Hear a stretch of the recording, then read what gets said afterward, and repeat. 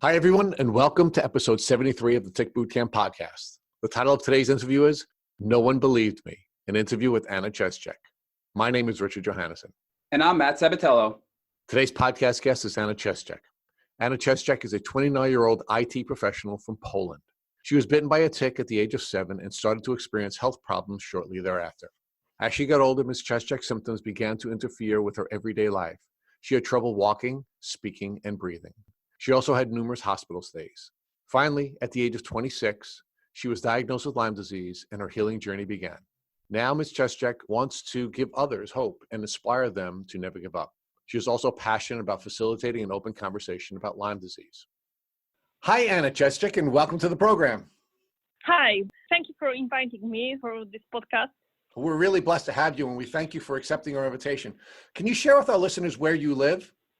Yeah, I live in Poland, in Europe. Anna, can you share with us what you do for work? I am IT specialist. I finished maths and management on study. I'm working as IT specialist, yeah.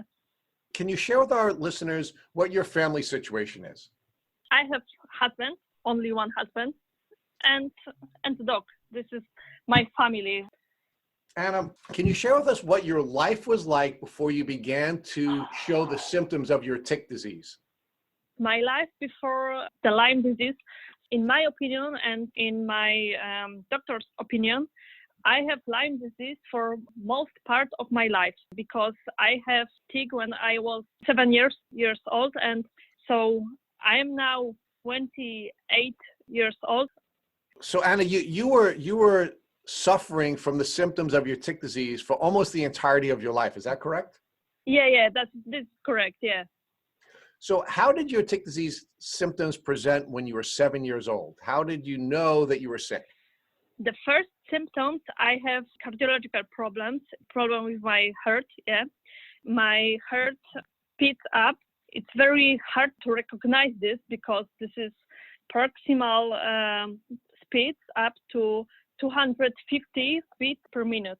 It was really hard to check this because I have many halters, I had many other consultation, many research, and no one know why I had this. What is the cause of the problem? I had a lot of pills for heart, but no one know why I had this problem, yeah? So how did this affect your childhood? Were you limited in your ability to attend school? Did it place restrictions on your social life? How did your symptoms affect your childhood? As I remember, I always have problem with my health, yeah? When I tried to run, I couldn't do this because of my heart problem and also because of my problem with other orthopedic problems. So I had mainly problem in sport, yeah. Anna, did your problems have an impact on your ability to make friends and have healthy relationships with your teachers? I think no because I am very open. Yeah, I speak a lot with another people. I am very friendly for another people. So I think it was not a disability to make friends or to speak with another people, to have connection with another people or relation. But as I remember, I have mainly problem with my health, yeah, and with sport, in school, mainly with sport, yeah. So how did your symptoms develop from your childhood into your adulthood? In addition to your heart issues and your orthopedic issues, what other issues developed over the course of your childhood? I had many other symptoms in my childhood and when I was older. For example, or mainly, I had problem with stomach, with orthopedic problem, dental problem, cardiology problem, joint problem, neurological system problem. And when the medical community failed to give you a diagnosis, did that have an impact on whether or not your family and friends believed you were actually physically sick, or were you ever diagnosed with a psychological illness? My parents was thinking that I am not really sick, but I have mainly problem with psychology. This is mainly psychology problem, yeah. The doctors, sometimes they was thinking that I'm sick, but it couldn't be some heart issues because I had every result or most part of my results. I had very good, as a normal standard people, normal healthy people. Did the failure of the doctors to properly diagnose you and the doubt that it created in your parents' mind cause you to doubt whether or not you were really physically sick or whether you were suffering from a psychological illness? Doctors mainly thinking that this is psychological problems. My parents, when I was younger, was thinking that I'm not sick. I only speak about it. I was only speaking about pain, about any problems to my health. How did it make you feel when your parents doubted your illness? It was very hard because I feel very bad. Sometimes it was really hard to find something solution how to do or to get better to resolve these issues, and no one believes me and believes to my symptoms because I can only tell about my symptoms, and I had a lot of blood tests or another test and every test I get as healthy people. So where is the problem? When someone is sick, for example, when someone has cancer, the blood results is not very good, Sometimes it's very bad. But I had always on my childhood, and not only on childhood, but when I was maybe always 4 years ago, I had every blood result another healthy people. It was very hard for me, and I wasn't feel very good with this, that no one believes me. Maybe not no one, but very small group of people believed to my symptoms. So Anna, you got sick when you were 7 years old and you didn't get a diagnosis until you were 26. And throughout your journey before getting a diagnosis, you pretty much had every single blood test possible. You had every single type of cardiac and heart test possible. You saw neurologists, all different types of doctors. So your family and doctors concluded that this was a mental health issue or a psychological issue. Did they put you on any psychological medication to try to help you with the mental health issue they thought you had before your diagnosis? Yes, of course, but in my opinion, it didn't help me. Maybe a little bit, but this is not a solution for long term. Anna, once you had this diagnosis of a mental health issue, were your friends and family supportive? Were they understanding, or did they have no patience and didn't want to be bothered by your condition? I think they were really worried about it. They didn't believe for this. In Poland, the mental health issues is not very popular, Maybe people have this, but no one speak about it. You knew all along that it wasn't a mental health issue and you were fighting to get a proper diagnosis. When did your doctors realize that there was a real physical illness and that this could be something more than just a psychological issue? The doctor was thinking that this is real physical health issues when, for example, I have dental problem, because I had 4 years ago dental problem. I had, for example, for 1 month, a root canal treatment, You had 8 root canal treatments in a short period of time, which was indicative of there was something else going on in your body. It was for 1 month. I think for young people with previous no dental problems, root canal treatment, it was not very popular situation, So it was very unusual situation. So because this was so unusual, they started to realize, hey, she's been sick all her life. Now she's having these really rare and unusual dental problems. There's probably something causing these issues above and beyond something in her head. Yes, but no one know why. What is the cause of this? I have another symptoms. For example, I get the diagnosis of cardiological diagnosis. And finally, 5 years ago, one doctor could find how my heart worked when I had this speed up, and what could be the cause of it. So every diagnosis, that real diagnosis, why something didn't work very good, helped me to try finding why I had this, why I had this problem and what could be the cause of this problem. So your heart issue that you had, your doctors said you had a heart condition, and they said that was your problem, but really that was a symptom or a consequence of your Lyme disease that you weren't diagnosed with yet. Yeah, it was consequence of Lyme disease, of course. But for most part of my life, no one know why my heart speeds up. No one believes me for this speed up because the halters couldn't catch up this. 4 years ago, I was appointment in very good doctors, who specialize with heart tachycardia. And in opinion of this doctor, maybe the cause is somewhere else, but this doctor redirected me to ablation. I had this ablation 4 years ago, of course. It helped me, so it was better after this, But I have also very hard problem with temporomandibular joint. You know what this is? Are you talking about in your jaw, TMJ? Yeah, with my jaw, People call this function bruxism. You know it? Yes, we do. Here in the US, we call that TMJ. Oh, TMJ. Oh, okay. So I had appointment in very good doctors related to this. And this doctor told me that in his opinion, it could be Lyme. So this is the first big thinking about Lyme. So Anna, can you share with us what you knew about ticks prior to meeting with the doctor who diagnosed you or potentially diagnosed you with Lyme disease when you had your jaw examined? I had only one tick and I don't remember any other tick. So one tick when I was 7 years old and no one after this. But as you know, any other people of course know, sometimes we didn't saw the ticks, We don't know if it bite us or if we had this or not.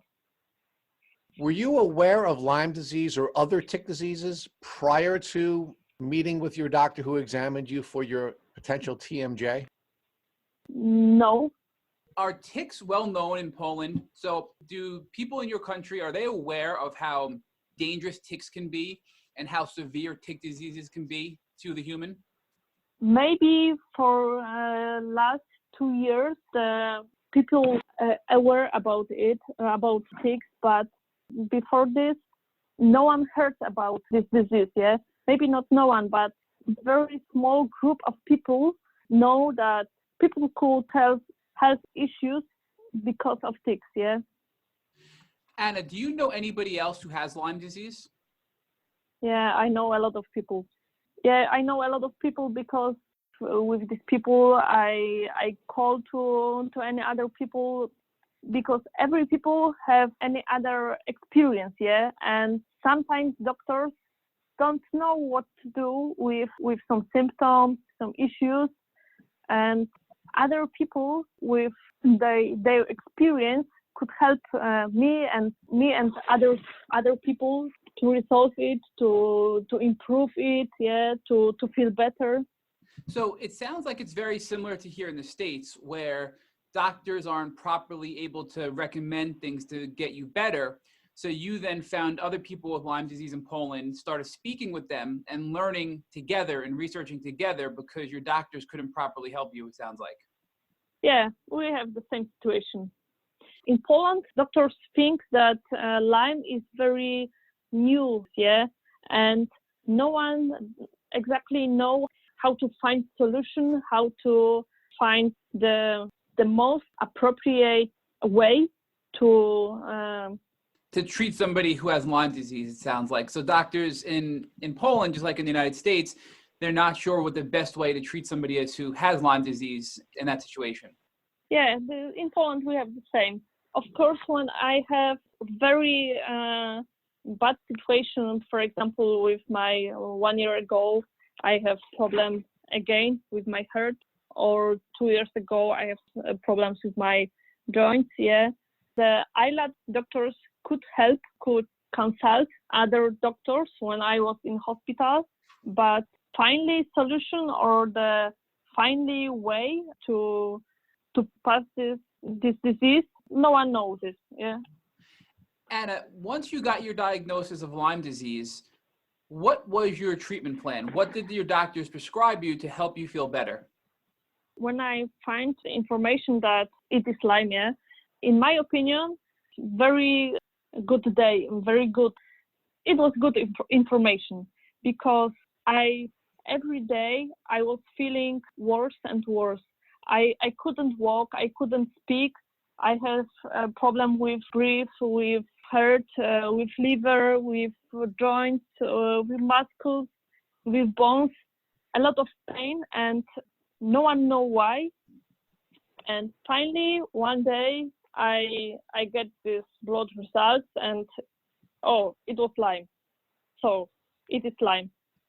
So in my opinion, for one side, it was very hard to believe that it is Lyme, but from the another side, finally I get the information what is the cause of all this problem.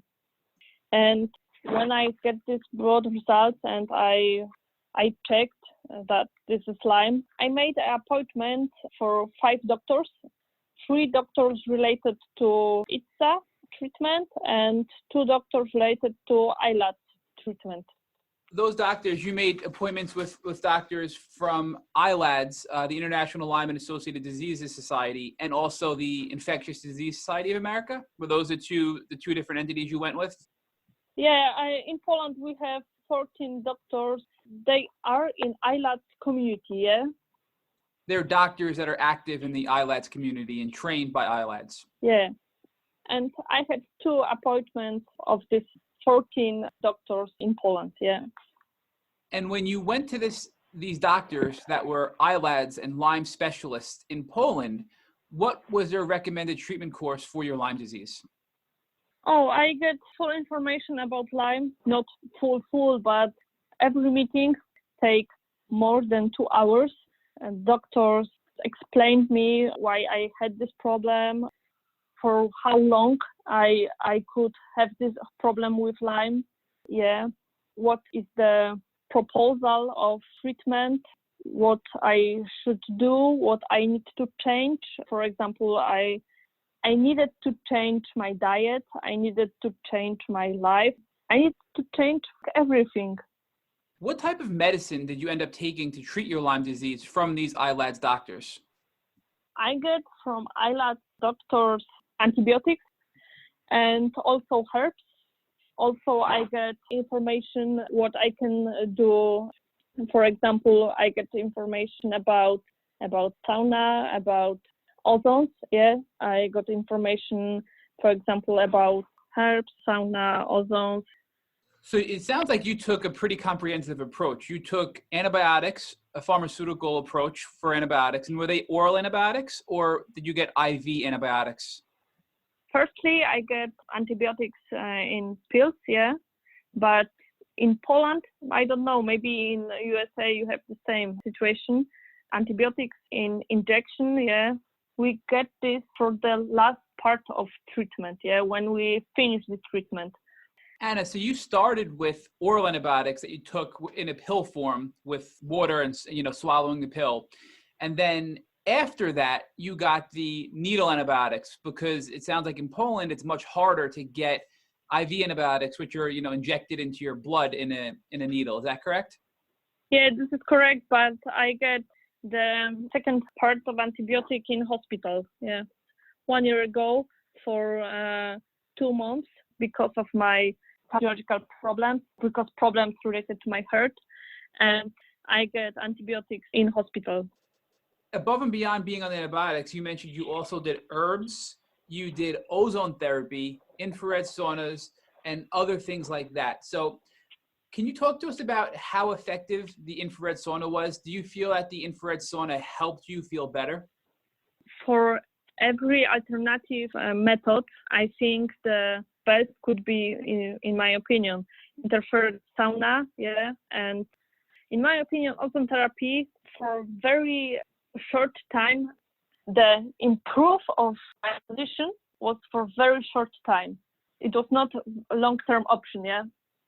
So the infrared sauna you felt was really the best treatment you got.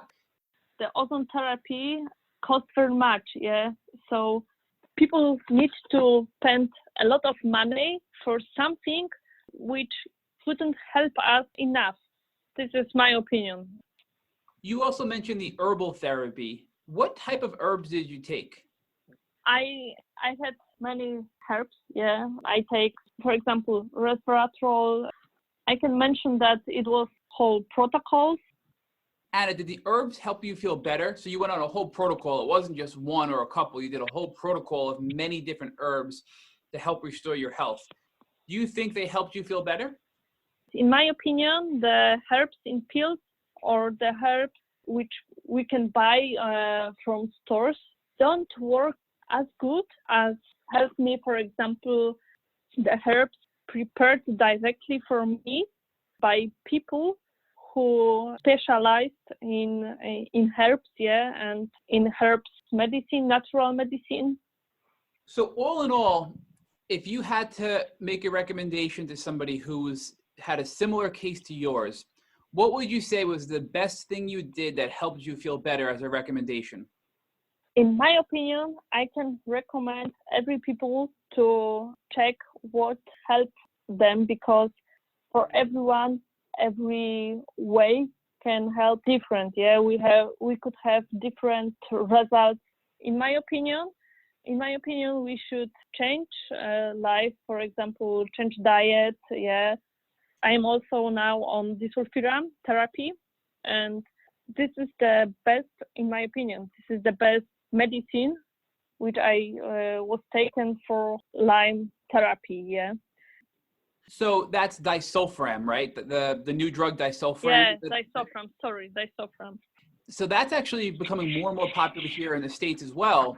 And many people are having major success. In fact, there was a recent article posted about somebody who was in a wheelchair and really couldn't function. And after just, I think about a month of being on disulfiram, he's claiming that he has his life back. So do you feel it's really that effective and it's really a game changer for you, that it's making you feel that much better? I think this medicine changed a lot of things in my treatment, yeah, improve a lot of things in my treatment.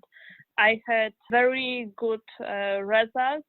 I had very huge progress in my treatment. I could go to, for example, I could go to gym, I could go to wedding, I could go to meeting with my friends, I could run, I could do, in my opinion, the 90 or 80% of things what can do standard, normal, healthy person. But unfortunately, I needed to take break of this. I remember I had one situation very hard. It could be negative effects, or it was negative effects. I didn't drink alcohol, but my husband come back from a party and he was drunk and he came to our bed when I was sleeping, yeah. And he came to sleep together with me on our bed.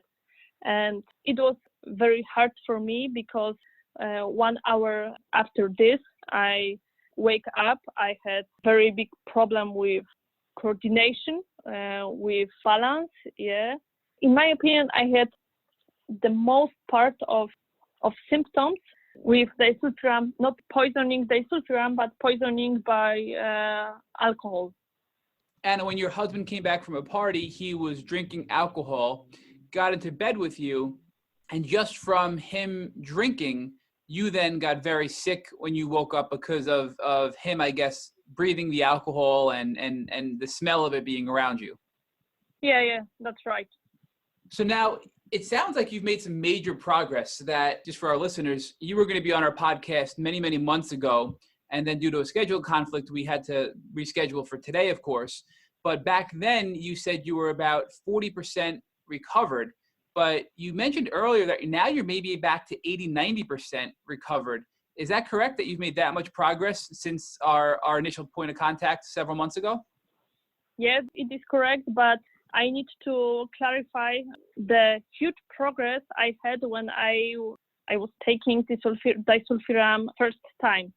And now is the second time because I had break related to my virus infection, yeah. And now I don't see this as huge progress as first time. Now I think it's not as good, yeah. Maybe the Lyme came back. Maybe I have. Did you say that you took disulfiram once before and it made you sick and you got a virus and then you stopped taking it? No. There was no relation between the disulfiram and this infection, yeah. So you had a virus and you got sick just because people get viruses like everyday life. Yeah. And then after that you started taking disulfiram for the first time, and that's when you really had a major breakthrough and started to recover pretty significantly. No, I started disulfiram in July, but infection I had maybe 2 months ago. Yeah, 2 months ago. And 2 months ago I had infection and I need to stop disulfiram because of other drugs, medicines, which I needed to take. Yeah, I needed to take 4 other antibiotics, and there was no way to take also disulfiram. So you started taking disulfiram in the summertime. You got a virus. You had to take some other antibiotics. There was a drug interaction or a conflict, so you had to stop taking it. And then you started again once you got better from the virus. But overall, disulfiram has brought you from about 40% of your health back to about 80 to 90% of your health by that drug alone. Yeah, this is amazing. But now I have no as good progress as first time. So I am waiting when it could happen. But the second option, in my opinion, disulfiram helps us for Lyme, for Babesia, yeah, for any other problems, yeah. But disulfiram couldn't help us to, for example, Bartonella, yeah. And maybe now this is time when problems mainly related to Bartonella, yeah, and it could be cause why my treatment stopped. We understand very well that you use the disulfiram to help you through the challenges with Lyme, but now you have other co-infections that you're dealing with now, and you're going to have to pivot to other medications so that you can deal with your other co-infections. Yeah.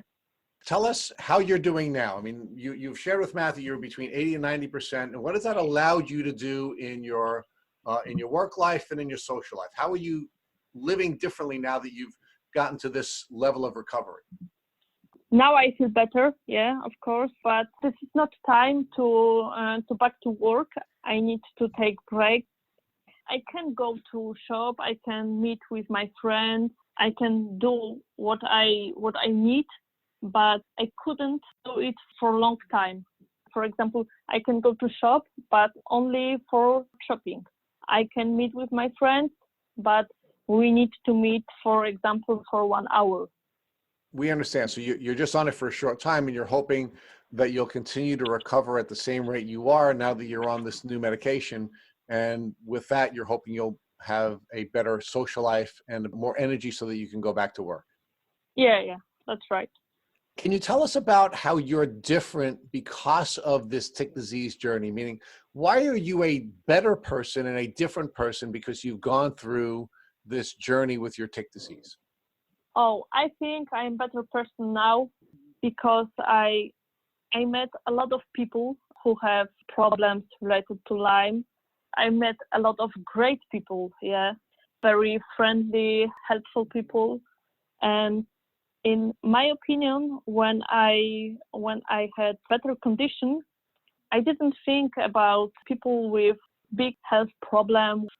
And my life was very full of my work, full of things, which in my opinion are not the most important in our life, yeah?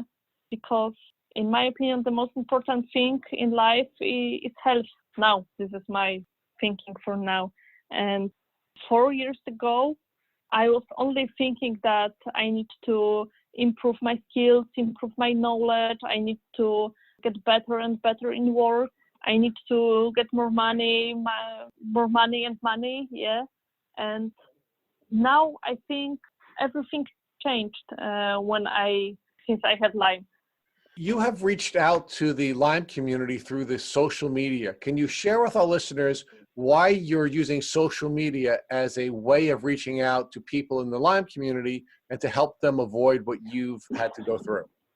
In my opinion, people have problem to find some information about Lyme, to find some information about Lyme treatment. And people have also problem with maybe not with information to treatment, but with positive information about this treatment, with positive posts, maybe not only information about treatment, but what we can do during this treatment. People always was thinking that when they are on treatment, they need to stop their social life, stop everything. In my opinion, the better way is to do everything which we will, but of course we need to do this smaller part of this. Maybe we need to do this with, of course, smaller energy.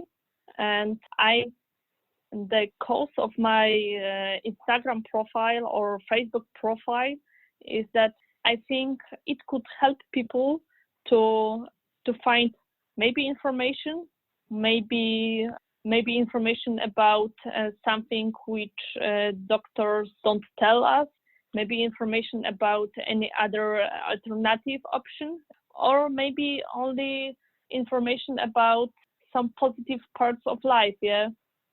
Thank you for listening to the Tick Bootcamp interview with Anna Strezelczyk. To our listeners, we have a call to action. First, if you'd like to know more about Anna Strezelczyk and her tick disease journey, please visit her Instagram at @LymeFighter_. Second, if you enjoyed this episode of the Tick Bootcamp podcast, please share it with your friends by using the social media buttons you see at the bottom of the post. Third, we here at Tick Bootcamp have created a Tick Bite blueprint that has been inspired by the information that has been shared with us by past podcast guests. We urge you to visit our website at www.tickbootcamp.com to view the blueprint. We would appreciate it if you would contact us with any suggestions you have for improvements. Fourth, don't forget to subscribe to this podcast on iTunes, Google Play Music, or Spotify to get your automatic episode updates of our Tick Bootcamp podcast. And finally, we thank you, our listeners, for your comments on our past podcast episodes. Please take a minute to leave us an honest review on iTunes, on Instagram, or on our website. We make it a point to read every single one of the reviews we get. Thank you for listening.